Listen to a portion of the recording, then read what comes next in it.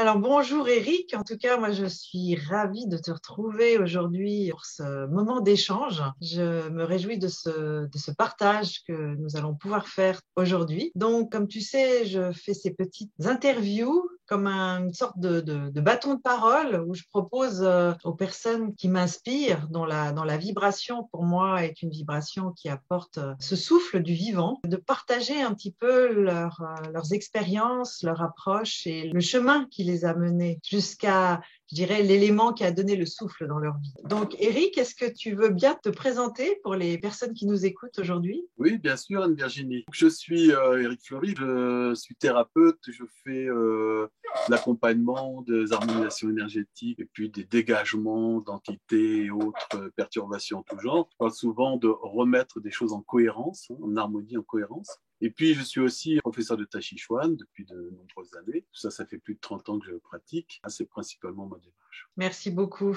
Alors, on va commencer un petit peu ce partage en te demandant qu'est-ce qui a été pour toi l'appel, l'intuition, le ressenti véritablement qu'il y a un plus grand que soi, il y a autre chose. Qu'est-ce qui a été la première étincelle, en fait, dans ton parcours? Alors, si tu veux, quand j'étais enfant, gamin, que je regardais le monde, je me disais toujours, je suis un petit peu, je faisais pas l'impression de faire partie du décor. Puis je me disais toujours, il manque quelque chose, il y a quelque chose qui convient pas, il y a quelque chose qui me manque, quoi. Je m'attendais justement à quelque chose de plus connecté, pas d'être comme une pièce du Pulse qui est à côté. Et quand j'observais le monde, je me disais, bof, je sais pas trop, ça correspond pas à ce que je m'attendais en fait. Alors quand je dis ça, c'est quand des gamins, on n'a pas forcément la super intuition, les idées claires, etc. Je regardais le monde et je disais vraiment bof, quoi. Et puis donc toujours un peu en retrait, un peu en train de regarder, un petit peu comme ça, tout en étant souriant, vivant, pas de problème. Donc si tu veux, donc enfant, je regardais ce monde, il manquait quelque chose. Ça c'était ça a toujours été très fort chez moi. Regarder ce monde, ça colle pas. Et même avoir une impression de séparation. Je regardais la nature, je la trouvais belle, et puis j'avais l'impression de pas faire partie du décor. Alors ça, c'était quelque chose qui me gênait, forcément, mais sans forcément être capable de mettre des mots, comme aujourd'hui, on met des mots différemment. Avec l'âge, bien sûr, c'est pas pareil. Et à ce moment-là, c'est une sensation intérieure qui me manquait quelque chose. Et puis, je me suis laissé mener par la vie, bien entendu. J'étais à l'église parce que mes parents étaient plutôt catholique, chrétien. Puis, c'était bien gentil, mais toujours la même chose. Il me manquait quelque chose. Et quand je posais des questions, je restais sur ma faim. On ne me répondait pas, en fait. Même si je sentais que là, il y avait, par exemple, les histoires d'Esprit Saint, du Christ, il y a quelque chose qui m'attirait, quelque chose qui me... Voilà, un petit truc là. Sans y trouver une réponse claire et nette. Et puis, après, j'ai continué. J'ai grandi comme tout le monde. Je suis devenu ado. On fait comme on peut dans un monde où il manque quelque chose de fort. Et puis, le premier déclic, c'est pour se comprendre. Moi, j'allais souvent dans la nature, je voyais bien qu'il y avait autre chose. Dans la nature, c'est pas l'homme qui contrôle, enfin, même si on essaie de nous montrer comme ça. Puis, la première chose qui m'a marqué, on va dire, c'est quand j'ai lu La vie des maîtres. Donc, un jour, j'avais peut-être 27 ou 28 ans. Et puis, un copain me parle de La vie des maîtres. Ok, bon, j'ouvre le bouquin. Et quand j'ai ouvert le livre, alors là, il dit, ah, voilà, c'est ça qui me manquait. Donc une connexion à quelque chose de plus grand, on est divin, on est connecté à autre chose.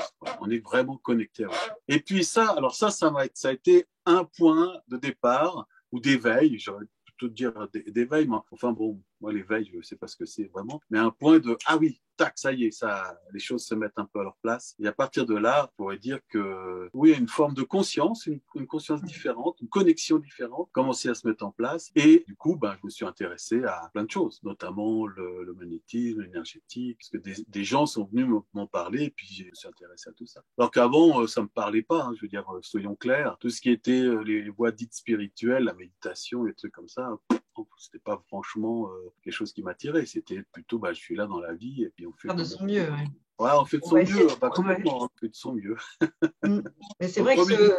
Oui, oui, non, je disais ce livre de la Voix des Maîtres, il est extraordinaire. Je l'ai lu aussi et c'est vrai que c'est vraiment une invitation à vivre cette vie de l'âme, en fait, à vivre cette vie connectée. Il y a quelque chose, il y a vraiment, comme je disais tout à l'heure, un souffle du vivant dans ce livre. Et donc, pour toi, ça a été vraiment une prise de conscience de ce qui te semblait te manquer avant. Quand tu disais, mais qu'est-ce que je fais pas partie du décor, je fais pas partie de ce monde, qu'est-ce qui manque? Et là, tout d'un coup, il y avait comme une cohérence qui s'est mise en place. Alors voilà, il y a eu le fait de sentir effectivement qu'il y a un souffle qui nous traverse quelque chose, une lumière ou quelque chose qui nous connecte, dans laquelle on est connecté en fait, hein, qui nous traverse, dans lequel on a un lien, on est concret. Voilà, c'était déjà autre chose. C'était ce qui me manquait. À partir de là, j'ai commencé à cheminer plein de choses, notamment le chamanisme, parce que je m'intéressais à tout ce qui était lié à la nature, aux esprits. Mais l'esprit, le sentir toujours dans la même démarche, c'est que tout ce cheminement que j'ai pu faire m'a amené à toujours dire, mais à me poser la question, mais qui fait quoi dans le monde, hein? Je dis souvent ça.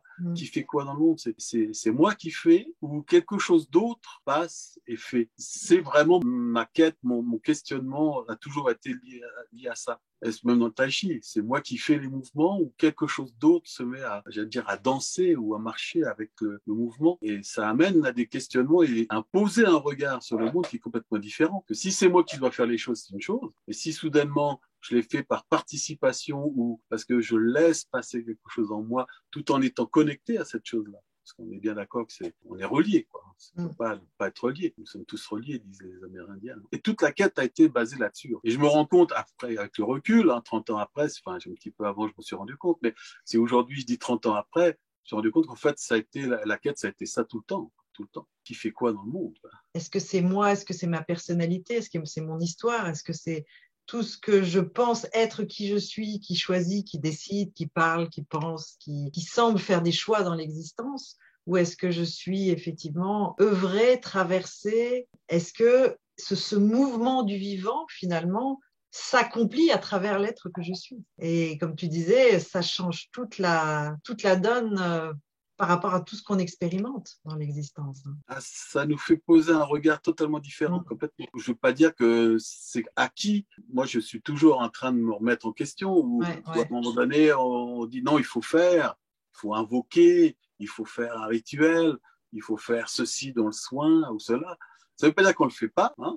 Et puis en même temps, je lui dis, il n'y a peut-être rien à faire, quoi. Avec quand même une forte tendance à dire, moi j'en fais, peut-être mieux c'est. Oui, j'ai l'impression que plus on avance, effectivement, même si je ne sais pas si le mot avancer est correct ou cohérent, mais c'est vrai que moins on en fait et plus on laisse faire, plus ça se fait pour ramener justement une cohérence et une harmonie. Parce que nous, on est là avec nos conditionnements, avec nos projections, nos désirs, nos peurs, nos doutes. Et finalement, nos choix, ils ne sont pas forcément les meilleurs. Alors que la vie, elle sait quelque part. Elle est porteuse de cette force, de cette harmonie, et elle s'accomplit elle-même à travers ça. Et c'est un petit peu comme dans le poème de Khalil Gibran où il dit « Vos enfants ne sont pas vos enfants, ils sont l'appel de la vie à elle-même. » Mais nous, en fait, on est des enfants de la vie. Je me souviens d'une vidéo que j'avais regardée où c'était un maître indien et on lui demandait « Mais quelle est la mission de la vie? Quelle est notre mission dans la vie ?» Et il répondait « Mais vous n'avez pas de mission. La mission de la vie, c'est la vie elle-même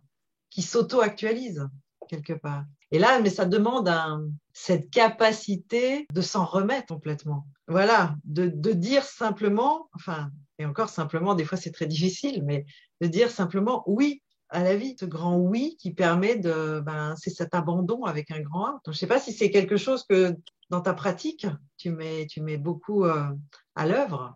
Alors, absolument. La grande question, c'était aussi ne pas s'opposer à la force. Tu parlais de force, de présence, etc. On pourrait dire la force, hein, ça fait un peu Star Wars, mais hein, que la force soit avec toi. Mais c'est un peu ça. Ne pas s'opposer à la force, c'est-à-dire qu'elle nous imprègne, nous traverse, elle nous guide. On est guidé. Hein, on voit bien qu'on a évité des accidents de voiture parce qu'on ne sait pas trop comment et on l'a évité, sinon on était plafonné, hein, par exemple, hein, et plein d'autres choses. Et comment faire pour ne pas s'opposer à la force? Et ça, c'était un grand questionnement. Enfin, toujours des questionnements, des directions, comme si on nous tirait vers quelque chose, une direction. On dit, regarde par là, regarde comme ça. Et ne pas s'opposer à la force, curieusement, je retrouve ça dans le tai chi, bien sûr. Toutes ces pratiques, aussi bien chamaniques que tai chi ou méditation ou quoi que ce soit d'autre, amènent à cet aspect-là, ne pas s'opposer, laisser cette chose nous guider, comme si on était vraiment guidé de l'intérieur par cette présence. Et justement, présence va nous pousser vers nous à être dans une forme de présence. Je ne sais pas, moi, à part être dans la présence, je ne vois pas comment faire pour accueillir la force, ne pas m'y opposer et laisser la vie faire ce qu'elle a décidé de faire, à travers moi, par exemple. Et donc, dans cette approche-là, on pourrait dire que ça a changé ta vie du tout au tout, en fait. Cette prise de conscience par étapes. Je pense qu'il y a eu des étapes, il y a eu des hauts, il y a eu des bas. Parce que parfois, on oublie, on se trompe de chemin, on doute. Qu'est-ce que tu pourrais dire d'essentiel que ça... Qu'est-ce qui a changé radicalement dans ta vie par cette conscience-là? Qu'est-ce que ça a changé? C'est cette connexion, c'est cette foi, c'est cette confiance, l'espoir. Hein, il y a quelque chose, c'est une illumination du regard. Il se passe quelque chose, d'être en observation de la manifestation du vivant. On le voit en train de se manifester là, autour de nous, dans ma vie, dans ma réalité, dans mon cercle sacré, dirait par exemple les Indiens ou les Celtes, etc., qui font tout à travers des cercles. Dans cette manifestation-là, je peux voir que c'est là, que c'est présent. Donc, c'est plus une séparation, c'est être avec et voir sa manifestation là où je suis. Et elle recrée beauté, harmonie, etc. Ça transforme en tout cas. Et donc, avant, avec une sensation de manquer quelque chose, et puis d'un seul coup, sentir que c'est là. Et puis, comme tu dis, il y a des moments, on a l'impression qu'on est à côté de la plaque, hein, on n'est plus là. Ça, on est bien d'accord, hein, c'est pas du 100% tout le temps, pas du tout la prétention de dire ça. Mais quand il y a justement ce manque qui apparaît, ou quand il y a d'un seul coup ce truc qui fait qu'on n'est plus là, quoi, on est en train de s'activer dans une vie dite active, eh bien, à un moment donné, attends, il me manque quelque chose. Parce qu'à ce moment-là, il me manque quelque chose. Si je fais de la musique et je suis en train de créer un morceau, par exemple, parce que je fais aussi de la musique, c'est pas moi qui décide, ça doit être comme ci, comme ça, selon la structure de je sais pas quoi. C'est qu'à un moment donné, quelque chose se manifeste. Et on constate, ou je constate, le résultat. Et pourtant, j'y ai bien participé en présence, etc. Et ça se manifeste sous la forme d'un morceau, d'un chant, peu importe, ça n'a aucune importance. Et dans la vie de tous les jours, c'est exactement la même chose. Où on va vers une création d'harmonie, de choses qui s'enroulent les unes aux autres, hein, comme une danse, hein, j'ai toujours un tango, hein. J'aime beaucoup dire le tango tai chi, la danse qui ressemble, parce que ça ressemble beaucoup à un tango. Et puis quand ça tourne comme ça, on voit bien que l'énergie, elle se met à harmoniser. Et puis le résultat, c'est fluidité, souplesse, harmonie, légèreté. Et curieusement, lumière aussi. On est posé, on est plus tranquille. Et donc on marche dans la beauté, diraient les Indiens. Moi, j'aime beaucoup cette phrase aussi. La conséquence, c'est ça. Et quand je vois que ça queen et que dans les champs de cohérence, justement, ça se tord, ça frotte, c'est pas terrible et ça crée des trucs un peu douteux. Ben, hop, c'est un rappel. Attends, est-ce que tu es en train de faire les choses par toi-même? Est-ce que tu t'opposes à la force? Et toutes ces questions qui reviennent pour se remettre en forme d'axe, on pourrait dire comme ça, parce que nous, on va le ressentir sous la forme d'une présence, d'un axe à travers le ciel et la terre, par exemple, ou tout simplement bien ancré dans le Vedas, comme on dit. Hein. Ouais, c'est comme si tu revenais dans un champ de cohérence quelque part, complètement. Absolument. Voilà. Et en même temps, dans ce que j'entends vraiment que cette présence amène à porter donc un autre regard. Et par le fait que tu changes ton regard grâce à cette présence qui te remet dans ce champ de cohérence, eh bien, tu es le témoin de la magie de la vie. C'est comme si à ce moment-là, tu autorises la vie qui est harmonie, de créer ce qui doit l'être. Parce qu'à ce moment-là, on n'est plus là, comme je dis souvent, à intervenir en pensant qu'on va pouvoir maîtriser la vie et être, c'est l'expression que je dis souvent, inspectrice des travaux finis, en demandant à la vie si elle a bien fait son boulot, quoi, et lui dire, écoute, moi j'aurais fait comme ci, comme ça. Puis en fait, on sent que quand on se met à faire ça, c'est on a repris, nous, les rênes, et puis qu'à ce moment-là, les situations commencent à être un petit peu plus chaotiques, difficiles, compliquées. Ça, c'est vraiment, je trouve, c'est très extrêmement parlant ce que tu dis. C'est comme s'il y avait vraiment cette collaboration, cette communication permanente, et que quand il y a une incohérence qui se met en place, ça devrait nous rappeler, mais bon, des fois on passe à côté, de nous dire peut-être que là, tu ne laisses plus ce souffle de vie être à l'œuvre, parce que quand il est à l'œuvre, c'est vrai que les choses sont fluides. Donc quand je t'écoute, c'est vraiment ça que j'entends. Oui, oui, tout à fait, c'est exactement ce que tu as dit, hein. C'est tout à fait ça. Et quand on sent qu'il n'y a plus de cohérence dans notre cercle sacré, dans la réalité quantique, on dirait, hein, parce qu'il y a beaucoup de gens qui parlent comme ça, moi je parle plutôt de cercle, dans mon cercle sacré, dans ma réalité, là, autour de moi, dans ma vie. Si ça croche, si ça, c'est qu'on n'a pas, c'est opposé à la force, on ne la laisse pas harmoniser et créer de la beauté. Et c'est là qu'on va se rendre compte, en fait, c'est quand ça frotte, hein, parce que en général, si on dit tout va bien au meilleur des mondes, tout va bien, quoi. Oui, voilà, il n'y a pas d'autre question à se poser, effectivement. Ah, mais c'est Ouais. là qu'on va oublier. Ouais. Alors, ça veut pas dire qu'il faut toujours que ça frotte et que toujours que ça soit incohérent, mais on ne voit plus justement la manifestation de cette présence, cette force, hein, de ce souffle qui a créé l'harmonie.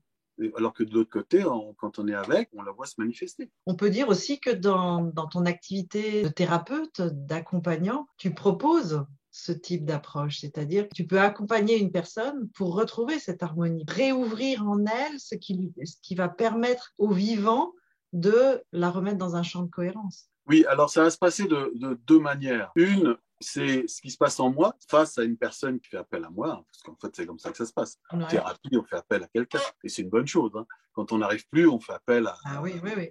Et ben, quand je suis face à cette personne-là, la première chose que je vais faire, moi, c'est me mettre dans un état de présence, on verra corps, ouverture d'esprit, etc., pour que je sois l'observateur et que donc je laisse agir en face de moi quelqu'un énonce un problème, il me montre sa cohérence, son cercle sacré, il me montre son monde, et puis j'observe et je laisse cette autre dimension agir.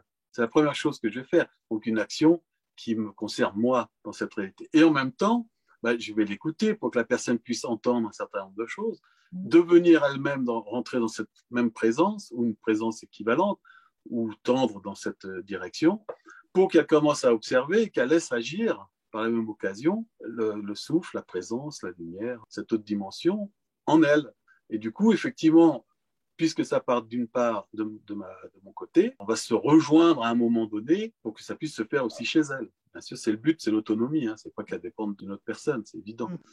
Et ça va se faire de manière, tout simplement, des fois, c'est l'écoute. Alors, c'est vrai, on sait bien que l'empathie apporte énormément de choses, donc l'écoute. Mais à un moment donné, ça peut être, on refait un soin énergétique, une harmonisation. Puis des fois, c'est des mots qu'on va dire. Ah, mais attends, je vais te faire une harmonisation. Je regarde, moi j'aime beaucoup dire, je regarde. En fait, quand je dis je regarde, parce qu'il y a une autre dimension, elle est là, et elle regarde aussi. Donc on est en train de regarder ce qui se passe dans sa vie. Et comme elle est en train de me décrire, c'est là où ça bloque, ben, c'est ça qui va être transformé. Et ça va être transformé là où ça bloque. Alors ça peut être une douleur, ça peut être un problème émotionnel, n'importe quoi, de la vie de tous les jours, comme des questionnements spirituels. De cette manière-là, plutôt que je... Ça, c'est ce que je vais faire. Et après, quand je suis avec les gens, des fois, je dis, ah, mais attends, je te remets les corps en place. Ouais, c'est pas dire que je l'ai pas fait, hein, je le fais bien. Ouais. Je le fais, quoi. Mais pour moi, oui, c'était important de le faire. À ce moment-là, c'était important de le faire. Mais c'est pas forcément ce que je vais faire avec tout le monde. Ben non, parce que justement, si tu es œuvré par cette vie, à chaque instant, il se donne ce qui doit être fait, parce que c'est juste pour la personne à ce moment-là. Exactement. Et que, comme tu disais, moi j'aime beaucoup cette image que tu as donnée de « je regarde ». Le fait de poser un regard quand toi-même, tu es dans cette présence de ce souffle de vie qu'on peut appeler plus grand que soi, qu'on peut appeler Dieu, qu'on peut appeler la source, peu importe le nom qu'on lui donne en fait. Hein. Mais c'est comme si ton regard pose le regard de ce plus grand que soi sur la situation. Automatiquement, il l'harmonise parce que cette source, elle ne peut voir que l'harmonie et le bien en fait. Je sais pas si c'est juste, c'est comme ça que je le ressens, mais peut-être que c'est pas exactement ça. Mais alors tout à fait, ce plus grand que soi qui regarde à travers mon propre regard et qui est présent à travers ma propre présence et la présence de tout le monde, hein, eh bien, effectivement, qu'est-ce qu'il va faire? Il va, je crois que c'est même écrit dans certains livres sacrés, hein, les trous seront comblés et les montagnes seront abaissées. Donc, il va réharmoniser les choses, il va recréer de la beauté, de l'harmonie. Et après, on va être plus sensible à dire on crée de l'harmonie, de la cohérence, de la beauté, de la vie, etc., etc. C'est des mots qu'on met parce que ça correspond à quelque chose qu'on sent au fond de soi, parce que ce sont des choses qu'on ressent au fond de nous-mêmes. Pour certains, tu dis, oh, c'est la beauté, ça fait rien. Par contre, l'harmonie, ah oui, l'harmonie, ah ben ça. L'équilibre, c'est le mot qui correspond à ce qu'il ressent. Et c'est tout à fait ça. L'observateur qui observe, qui sait qui regarde. Et si on arrive à ne pas s'opposer, encore une fois, laisser passer, être présent, enfin bref, cet état-là, eh bien, oui, ça change tout, ça change complètement ça change l'état d'esprit dans lequel on est au moment de faire les choses, et ça change le regard qu'on a posé dessus. Et puis du coup, ça transforme, ça harmonise. Et clairement, au niveau énergétique, si on s'intéresse, on va dire, à l'énergie, on va se rendre compte qu'effectivement, c'est curieux, ça bouge, c'est plus tout pareil. La qualité de l'énergie a changé, la vibration est différente. On pourrait dire, d'un seul coup, plus de lumière est apparue. Magnifique. Le ressenti change, la perception du réel change. On pourrait dire que l'espace aussi change. Dans une situation difficile, il y a une sorte de rétrécissement. Puis là, tout d'un coup, waouh, il y a une sorte de dilatation aussi. C'est dans un cours en miracle où il dit un miracle est juste un changement de perception. C'est vraiment le fait que cet état d'harmonie, en fait, il était déjà là, sous-jacent à la situation. Seulement, il y a eu des choses qui sont collées dessus et qui ont cristallisé, et d'alléger ça, c'est comme tout d'un coup ben oui, le regard et la perception de l'existence se modifient radicalement, en fait. Complètement. Ouais. Et donc, toi, dans ta pratique au quotidien, en fait, dans ce que tu pourrais, je vais pas dire proposer parce que c'est un petit peu court dans ce partage, mais comment tu vis ça au quotidien, dans ta vie de tous les jours? Alors, par une pratique ou au contraire sans pratique? Est-ce que la spiritualité a besoin d'une vraie démarche avec des rituels, ou au contraire, c'est simplement l'expérience d'être, ce que je pourrais dire, être œuvré par la vie et qui n'a pas besoin de démarche? Qu'est-ce que tu pourrais partager pour inspirer une pratique au quotidien, même si le mot pratique n'est pas forcément approprié? Alors, on est d'accord pour dire que l'idée, c'est d'effectivement toujours la même chose, de laisser, de ne pas s'opposer à la présence, à la force, etc. Et donc d'être dans cette acceptation, d'être avec, hein, on n'est pas séparés, on est un avec, et puis etc., etc. Donc l'idée c'est ça. Après, je pourrais dire, bah oui, il faut faire un footing tous les matins, un peu de gymnastique, et puis bon, ça serait une pratique, pourquoi pas. Hein. Mais pour moi, la pratique, c'est de revenir à la présence, parce que ce qui va caractériser le fait que je peux être l'observateur et d'être le plus, à mon avis, en moi, dans cet axe, hein, dans cette reliance, dans cette capacité d'accueillir, de laisser agir, c'est lorsque je suis en pleine présence. Et la pleine présence, ça passe par le corps. Donc, je vais avoir des pratiques qui vont me ramener systématiquement à la conscience du corps. Le déroulé du pied, le sentir les poussées dans le sol, le mouvement du ventre, ça rejoint toutes les pratiques de Tai Chi, mais aussi le geste conscient. Tous les gestes conscients qu'on retrouve dans les voies chamaniques, Castaneda par exemple, et plein d'autres. Marcher avec des mocassins dans la prairie, c'est très intéressant. On va vraiment ressentir quelque chose d'autre et on revient en fait à la présence du corps. Respiration, sentir la respiration dans le nez, puis sentir que d'un seul coup, si je mets ma conscience là dans l'air qui rentre, je vais sentir tout mon corps qui se met à bouger. C'est plus une respiration dite abdominale, je vais sentir vraiment tout le diaphragme qui bouge. Et s'il bouge, ça veut dire que le dos, il respire, le dos bouge, le ventre, et j'ai l'impression que ça pousse jusqu'au bout de mes doigts de pied, simplement parce que je mets ma conscience dans l'air qui rentre par mes narines. Immanquablement, j'arrive à ça. Donc, ce sont des pratiques basées là-dessus. On va dire c'est la méditation en mouvement. Oui, bien sûr, je reviens au corps, première chose. Deuxième chose, c'est que j'essaye d'avoir la conscience de l'espace qui est autour de moi. Donc, j'augmente en fait ma conscience, mon ouverture d'esprit ou de conscience, par le simple fait d'observer qu'il y a de l'espace autour de nous. Comme il y a de l'espace à l'intérieur, on arrive très bien à ressentir le corps par ses limites corporelles, la peau, les muscles, les articulations par exemple. Beaucoup plus de mal à sentir ce qu'il y a à l'intérieur, on va dire poitrine, ventre, etc. On ne sent pas très bien les intestins, sauf quand ça fait mal, c'est évident. Donc, sentir qu'il y a de l'espace et que cet espace est bien plus grand que ce qu'il y a là, quoi. On peut rentrer à l'intérieur de soi comme on va vers le cosmos. C'est infini. Et sentir cet espace, et que cet espace, c'est pas du vide. C'est du plein, c'est de l'énergie, c'est de l'information. De la même manière, lorsqu'on ouvre vers l'extérieur, qu'on regarde un paysage, il n'y a pas de vide entre la montagne en face de moi et moi. C'est de l'énergie, c'est de la présence, c'est de la lumière, c'est de l'information, etc., etc.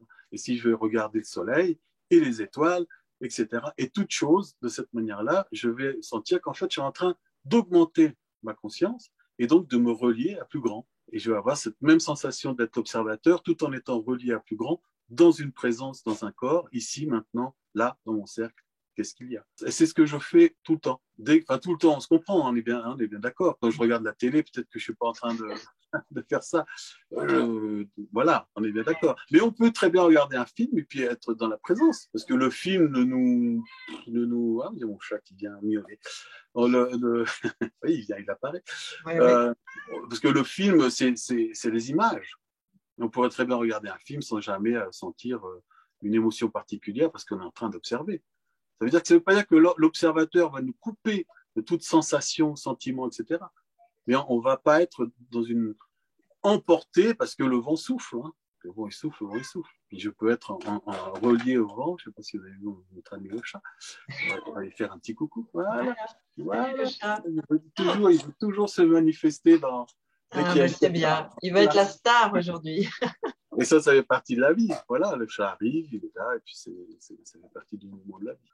Et est-ce que, pour finir sur cette note-là, est-ce que justement on peut, enfin oui, pour moi la réponse elle est oui, mais être dans cette présence, pas forcément en étant en méditation transcendantale ou pas forcément dans une posture particulière, mais dans la vie, c'est-à-dire quoi qu'on fasse à chaque instant, j'entends bien dans ce que tu dis et ça me parle aussi beaucoup, c'est que les moments où on va marcher, la méditation en mouvement, d'être dans la nature, de sentir le sol sous ses pieds, de sentir son corps qui bouge, d'être vraiment connecté, de voir la beauté aussi de la nature autour de nous. Je veux dire, rien que ça, c'est déjà une forme d'harmonisation. Parce que si on regarde vraiment, c'est beau, les couleurs, même des jours gris où il neige, où il y a du brouillard, c'est beau, je veux dire. Et puis, quand il y a du soleil et les différentes couleurs de la nature, il y a quelque chose déjà qui élève nos vibrations,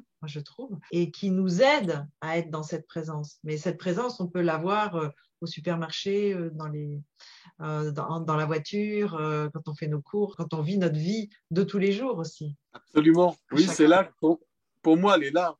La pratique, elle est au quotidien, elle est là, dans le vivant, quoi.